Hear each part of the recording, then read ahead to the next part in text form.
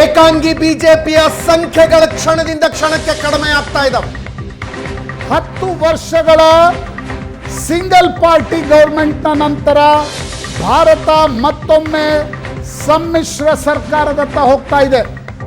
ನರೇಂದ್ರ ಮೋದಿ ಅವರ ರಾಜಕೀಯ ಬದುಕಿನ ಮೊಟ್ಟ ಮೊದಲ ಹಿನ್ನಡೆ 2002, 7, 12ರಲ್ಲಿ ಗುಜರಾತ್, 14, 19ರಲ್ಲಿ ನರೇಂದ್ರ ಮೋದಿ ಒಂದು ಭರ್ಜರಿ ಗೆಲುವನ್ನು 5 ಬಾರಿ ದಾಖಲಿಸಿದ್ರು. 6ನೇ ಬಾರಿ his fall short of 40 seats.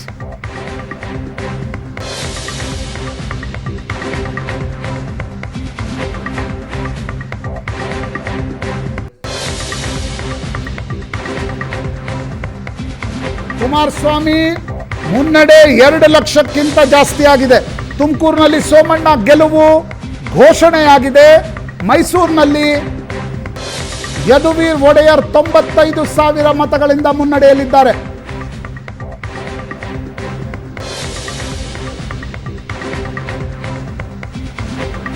Belagavi Jagadish Shettar 1 lakh ಮತಗಳ ಮುನ್ನಡೆ. ಕೋಲಾರದಲ್ಲಿ ಮಲ್ಲೇಶ್ ಬಾಬು ಮತ್ತೆ ಲೀಡ್ ಜಾಸ್ತಿ ಆಗ್ತಾ ಇದೆ. ಮಲ್ಲೇಶ್ ಬಾಬು ಭರ್ಜರಿ ಜಯಭೇರಿ.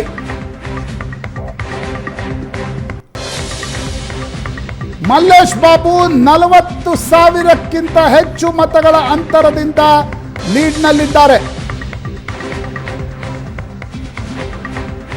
ಮಲ್ಲೇಶ್ ಬಾಬು ಗೆಲುವು. ಕೋಲಾರದಲ್ಲಿ ಜೆಡಿಎಸ್ ಅಭ್ಯರ್ಥಿ ಮಲ್ಲೇಶ್ ಬಾಬು ಗೆಲುವು. ಜೆಡಿಎಸ್ 2ನೇ ಸೀಟು, ಒಂದು ಕುಮಾರಸ್ವಾಮಿ ಅವರ ಸೀಟು ಮಂಡ್ಯ 2 ಲಕ್ಷ ಮತಗಳ ಅಂತರದಿಂದ ಮುನ್ನಡೆಯಲ್ಲಿದ್ದರೆ ಕೋಲಾರದಲ್ಲಿ ಜೆಡಿಎಸ್. ಕಾಂಗ್ರೆಸ್ನ ಒಳ ಜಗಳ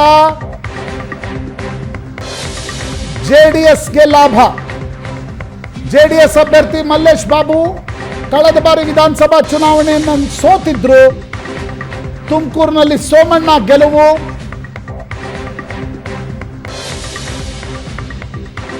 ಹಳೆ ಮೈಸೂರು ಬಿಜೆಪಿ ಜೆಡಿಎಸ್ನ ಮೈತ್ರಿಯ ಇಫೆಕ್ಟ್ ಕಂಡು ಬರ್ತಾ ಇದೆ. ಒಕ್ಕಲಿಗ ಬಾಹುಳ್ಯ ಕ್ಷೇತ್ರಗಳಲ್ಲಿ ಒಂದು ತುಮಕೂರು, 2ನೇದು ಕೋಲಾರ, 3ನೇದು ಮಂಡ್ಯ, 4ನೇದು ಬೆಂಗಳೂರು ಗ್ರಾಮಾಂತರ, 5ನೇದು ಮೈಸೂರು. ಈ ಎಲ್ಲ ಕ್ಷೇತ್ರಗಳಲ್ಲಿ NDA ಭರ್ಜರಿ ಗೆಲುವಿನಲ್ಲಿದ್ದರೆ pen drive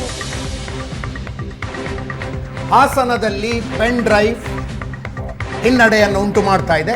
Prajwal Revanna pen drive ಒಂದೇ ಅಲ್ಲ, ಆಂಟಿ ಇನ್ಕಮೆನ್ಸಿ ತುಂಬ ಇತ್ತು ಅವ್ರಿಗೆ. ಆ ಕ್ಷೇತ್ರದಲ್ಲಿ ಆಂಟಿ ಇನ್ಕಮೆನ್ಸಿ ವಿಪರೀತ ಇತ್ತು. ಆದರೆ ಈ ಎಲ್ಲ ದೃಶ್ಯಗಳ ಓಡಾಡಿದ ನಂತರ, ಇದೆಲ್ಲವೂ ಆದ ನಂತರ ಪ್ರಜ್ವಲ್ ರೇವಣ್ಣ ಸ್ಟಿಲ್ ಅವರು ಲೀಡ್ನಲ್ಲಿದ್ದರೆ ನಮ್ಮ ಸೋಷಿಯಲ್ ಸೈಕೆ ಬಗ್ಗೆ ಪ್ರಶ್ನೆಗಳೇ ನಿಜ.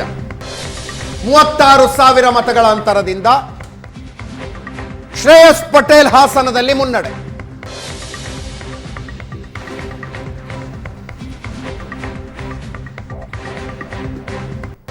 ಕಳೆದ ರಿಸಲ್ಟ್ಗೆ ಹೋಲಿಸಿದರೆ ಬಿಜೆಪಿ -68 ಆಗುವ ಸಾಧ್ಯತೆಗಳಿದೆ. -68. 303ರಿಂದ 237. ನರೇಂದ್ರ ಮೋದಿ ವಾರಣಾಸಿಯಲ್ಲಿ 72,000 ಮತಗಳ ಅಂತರದಿಂದ ಮುನ್ನಡೆ.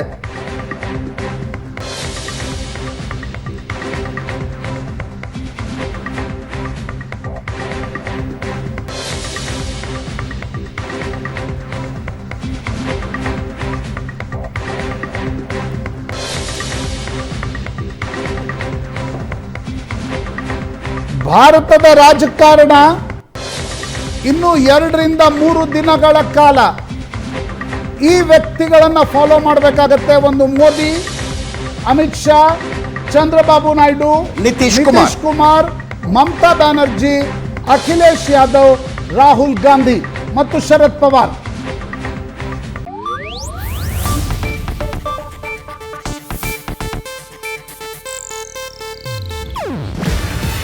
ಇದು ಏಷ್ಯಾನೆಟ್ ನ್ಯೂಸ್ ನೆಟ್ವರ್ಕ್ ಪ್ರಸ್ತುತಿ. ನೀವು ನೋಡ್ತಿದ್ದೀರಾ ಏಷ್ಯಾನೆಟ್ ಸುವರ್ಣ ನ್ಯೂಸ್.